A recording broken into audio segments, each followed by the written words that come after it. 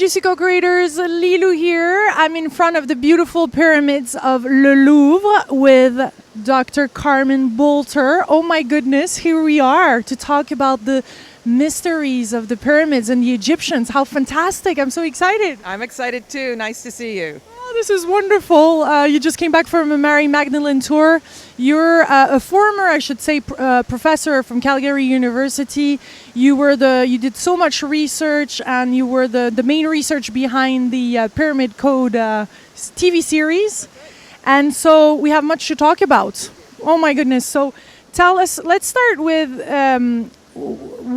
why did you started really being interested about those pyramids, and why are they so important, and why are we all starving for this information?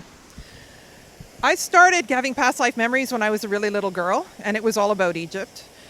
But I think it holds the mysteries to who we can be, and the idea of the empowered human was really well represented with the Egyptians, and we've really deviated from that, and I think it's time to come back to an idea where we can be free and we can love and be open with one another and work magic and all of the things that the ancient initiates were doing.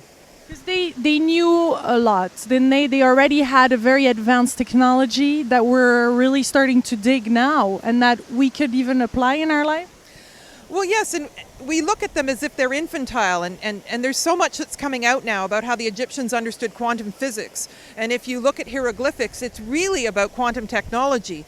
And we've tried to say this is an A, this is a B, when there's so many Egyptian hieroglyphics that we can't possibly shove it into English or anything we know. But because we didn't understand them, we made decisions about them that are really not fair. Because they understood cosmology, they understood biology, they understood high-level science and magic. Tell us more. I really want to understand deeply the Egyptian and what you came across during your research about them and their technology and all of it, because I know you have so much knowledge here. This is like treasure. Well, I was very curious about the pyramids, and the first time I was in there was all these apparitions in my pictures, and I actually it was 1977, and I took my camera to a camera store and said, "What's the matter with my camera?" And they said, "Nothing, it's not broken." And so now we're taking pictures of orbs and plasma beings, and if you look at my website, you'll see this huge holy grail of the sacred feminine, I called it. But all of these different light bodies are there, and they're showing themselves to us. The ancient Egyptians were all about implosion energy instead of explosion energy, which is non-polluting, and we have access. Well, there's lots of free energy devices that have been created now, but they've all been repressed. But somehow the ancient Egyptians were able to harness this technology in a really safe way, and they understood the transmutation of the atom, which is really at the root of all of their secrets. And so they were telepathic. They could manifest from other dimensional frequencies. Levitation was connected to the anti-gravity that helped them build the pyramids. Bilocation was normal. Teleportation was something that they could learn to do. And then alchemy was taking one substance and turning it into something else. This was normal. Now, there were always going to be farmers and common people, but then the ancient Egyptians, the initiates, were trained to be able to harness this kind of energy.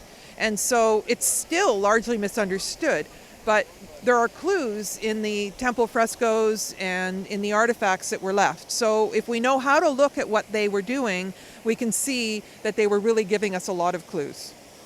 We know from quantum physics that the observer actually changes the story, right? So could it be that you see some clues where some others would just not see it? How does that influence the whole story now that you're putting together? Well, even me taking pictures and going there 27 times and reviewing the pictures almost obsessively, all of a sudden I start to see things that I didn't see before. So these clues are creeping toward us. But I subscribe to the notion of past life recall, and I think that in those days we had future pacing. And I think we left clues for ourselves, knowing that we were going to come into this densification and the bloodbath, blood from death instead of blood from life. So it's my conviction that ancient Egyptian culture was matriarchal, balanced between the masculine and the feminine, and insisted on that. And so we have deviated so far from that, lopped off the sacred feminine, had everything be patriarchal, and it's really damaged our perception, damaged it desperately. And so now, as the energy frequencies lighten up and we have access to more dimensions, we're starting to understand it. But those same clues were there way back in 1977, but all of a sudden, all of the pieces are revealing themselves. How ancient are they, those pyramids? No one can ever know. And there's, usually people who are tied to academia will move inch by inch, a couple of thousand years beyond what they say, 2450 BC, but that's absolutely impossible. So if we look at the precession of the equinoxes, which are 26,000 year cycles, and the fact that 13,000 years ago we had world floods, they weren't going to be building the pyramids in a time of destruction. So it would have to be a precession and a half, 2 precessions ago. I'm willing to go as far as 50,000 years ago. And I really, for a lot of reasons, have come to think that the reason we can't understand the pyramids is we've wiped out the civilization and the understanding of who they could be way back then. Why were they wiped out? Why was what wiped out? Why were those ancient teachings and knowledge? Why didn't we carry it all along? Why are we rediscovering it only now? Even in the ancient traditions in Egypt, there were cycles of time, and the Amun priesthood represented Amun, which is the shadow and the dark. And as we approach December 21st, 2012, we're coming into the dawn, which is Heper. And I think we go through cycles of light and cycles of dark. So if we look at the larger cycles, the Yuga cycles, we're at the bottom of the Iron Age, which is again the darkness. And so as we progress toward the Golden Age, there's a more refined frequency that allows telepathy and all the things I said with the transmutation of the atom and the abilities. And then as time went down 13,000 years, it got denser and denser and denser. If we look at the Mayan calendar for 5,000 years, 3113 BC was the first dynasty. And so that's patriarchy beginning. And so even in Egypt, it became more and more warring, more and more patriarchal. But in the early times, it was matriarchal. And so matriarchy is not the opposite of patriarchy, where you lop off the masculine and the women are thumping their chests. Matriarchy insists on a balance. And so I think it's energetic, and I think it's cyclical, and I think we're just turning the corner and being able to realize what the ancients knew before. The material that they were using, the shape of the pyramid, all that is not just a coincidence. It amplifies, it's an amplificator, isn't it? Well, in a very big way. And I just got the Eiffel Tower in my view here. And until the Eiffel Tower was built, the Great Pyramid was the tallest building in the world. And then the Eiffel Tower became the one. There's 2.3 million stones. Everything in the Great Pyramid is connected to nature. And in the ancient language, it was per neter. And so it was the house of nature. So all of the different cosmological calculations, the distance to the moon, the circumference of the earth, even the position of the pyramids reflect a sky-ground correlation. And so it is so incredibly sophisticated. The fact is, we don't have the technology to take the pyramids down. They're considered un-Islamic. They tried to bomb them, and they're solid, and they were meant to last. It's also Grand Central Earth grid. And so there are pyramids all the way around the world. We're discovering more and more all the time now. And so the whole system was about giving energy to humanity and maintaining the Earth grid. And so the sophistication and how they were built, and the fact that you can't even put a piece of paper through some of the joins is just amazing. Now, there's many theories about how the pyramids were built. Nobody knows for sure. I've always thought that those stones could have been poured. And Joseph Davidovich has done a lot of experimentation with taking crumbled limestone and natron, which was used for mummification, and creating a sludge and tamping it down inside these wooden, I don't even know, frames, if you will. And that the stones can't be told, you can't tell if it was carved and the original stone. And so there's a lot of this technology now that is explaining a little bit about how they could have been done. And but still, the technology is way beyond what we're capable of now. Yeah. And they are interlinked. You're saying they're all interconnected for you. Well, yes, and in the pyramid code, the idea of the band of peace, 22 pyramids, starting with Abu Raush to the north, Giza, which is what most people think of as the pyramids, and then moving down, a total of 6 different sites. They're connected to star systems, and I've done a lot of work in Starry Night Pro, which is a computer program that replicates the heavens, that can rotate back 99,000 years BC and 99,000 years AD. And if you take arbitrary star systems and you move them back and forth, they all fall apart. And so if you look at the extragalactic grid with Sirius at the center, and just a note here that one of the shafts in the Great Pyramid points to Sirius always. Well, how can that be?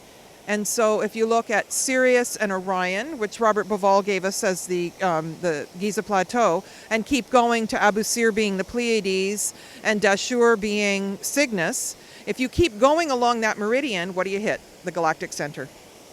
And if you rotate that configuration back and forth, it never comes apart.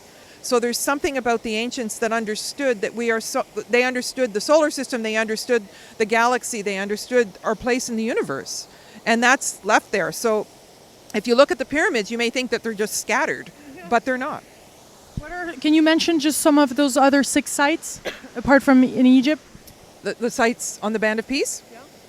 Yeah. Abu Raush is the one to the north, which is connected to Sirius. Giza is the next one south, which is connected to the Orion. Then you go to Abu Sir, which is the Pleiades. Saqqara is the next one, and I haven't figured out which star connection. And then Dashur, which is Cygnus. Now Dashur has a red pyramid, white pyramid, black pyramid, and so does Giza. So the Great Pyramid would have been white. The second pyramid still glows red. And the third pyramid could have been black, but those are the colors of the Virgin Mother and the crone, which speaks to matriarchy. Could we say, and did you find out that they had contact with extraterrestrial beings, other light beings in the universe to receive this information? Sorry, okay. Sorry for the noise. There's a lot of noise. Of course, this is a very touristic area. We have a big fountain in the background. And lots of people are moving and shaking. This is part of real life, and we're having a real life conversation, talking now of the extraterrestrial beings that might be involved in this. If you think of now, when people channel and connect to Archangel Michael or Mother Mary or various entities that come from the Pleiadians, the Arcturians, that's not within the common culture that's shown on the media. But we have access to higher level beings if we can clear ourselves, and there are ways to communicate with them. Now, one of my favorite sayings is that weird isn't weird anymore. That used to be weird, but the ancient Egyptians were constantly contacting higher level beings. So whether they came down in ships or physically were walking around, it is kind of a misconception, because we haven't been allowed to talk about extraterrestrials really, and all of the files of sightings, have been hidden, and they're starting to be disclosed in Brazil, Argentina, various places are Russia. They're disclosing their UFO files. But it's impossible to do research if all of the information has been hidden. But I subscribe to the idea that we could have somehow contacted higher level beings that gave us information. So many indigenous cultures will talk about the ancient teachers, and that's probably where the star knowledge came from. It's still the biggest mystery we have. Do we know some of their practice? Did you find out what they were actually, that was part of their daily practices of Egyptians back then that maybe we could apply in our own life? Okay, well, the high-level initiates were trained, and the chakra system started at the Temple of Isis with the root chakra, and they practiced sex magic there. But as the initiates moved up the Nile, they would process on the area of a particular chakra, which is connected to the glandular system. So for instance, at Kamumbo, it's the digestion, and they were digesting their fears. And so they would put the initiates through tests where they had to swim with crocodiles, and they had to face their fears. You moved up to the heart chakra, and then you moved up to the crown chakra, which would have been the Giza Plateau. But the initiates were human divining rods, is what I say. And so the cosmic energy can't touch the earth, and the telluric energy can't touch the cosmos without some kind of a conduit. And so when you think about our neural synapses, they don't touch. A hormone jumps across to give the connection for our hands for our brain to help us move. And so there was something about the way the high-level initiates were connecting the cosmic energy to the telluric energy. And all of this sounds strange, but to me, it's quite normal. Yes, and you've dedicated your life to it. I'm so grateful for this conversation. You have your voice, yes, and we're here in front of the pyramid. Thank you so much, Carmen. Thank you for your time, and I really encourage you to see the Pyramid Code and so many wonderful books and other information that is out there on this topic. Thank you, thank you, thank you, thank you. Thanks, Lilou. Much, much love from beautiful France. Bye, my delicious co-creators.